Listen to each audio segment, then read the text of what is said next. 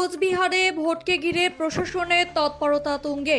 আসন্ন বিধানসভা নির্বাচনকে সামনে রেখে এবার বাংলাদেশ সীমান্ত লাগোয়া প্রত্যন্ত এলাকায় পৌঁছে গেলেন ভোটকর্মীরা।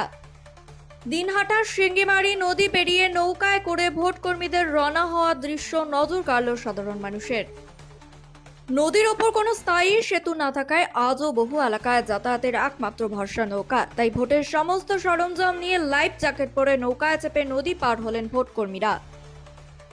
নিরাপত্তার কথা মাথায় রেখে প্রশাসনের তরফে নেওয়া হয় বিশেষ ব্যবস্থা। ভোটকর্মীদের এই যাত্রা ছিল যথেষ্ট চ্যালেঞ্জিং।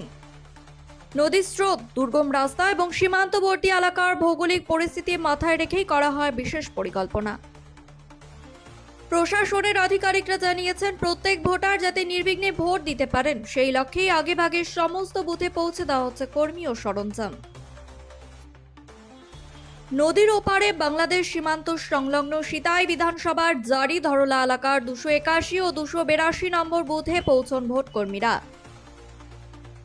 সেখানে নিরাপত্তা বাহিনীও মোতায়েন করা হয়েছে। সীমান্তবর্তী এলাকা হয় বাড়তি নজরদারির ব্যবস্থাও করা হয়েছে প্রশাসনের পক্ষ থেকে। ভোট কর্মীদের এই সাহসী ও দায়িত্বপূর্ণ যাত্রা দেখে অনেকেই প্রশংসা করেছেন। গণতন্ত্রের উৎসবকে সফল করতে এমন দুর্গম পথ পেরিয়েও দায়িত্ব পালন করছেন তারা।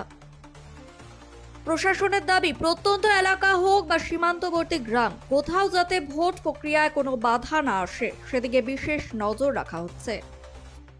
এবার দেখা শান্তিপূর্ণভাবে ভোট সম্পূর্ণ করতে প্রশাসনের এই প্রস্তুতি কতটা সফল হয়। কোচবিহার থেকে এই মুহূর্তের বড় খবর, সীমান্ত গ্রামে পৌঁছে গেলেন ভোটকর্মীরা। শুরু হলো ভোটের চূড়ান্ত প্রস্তুতি।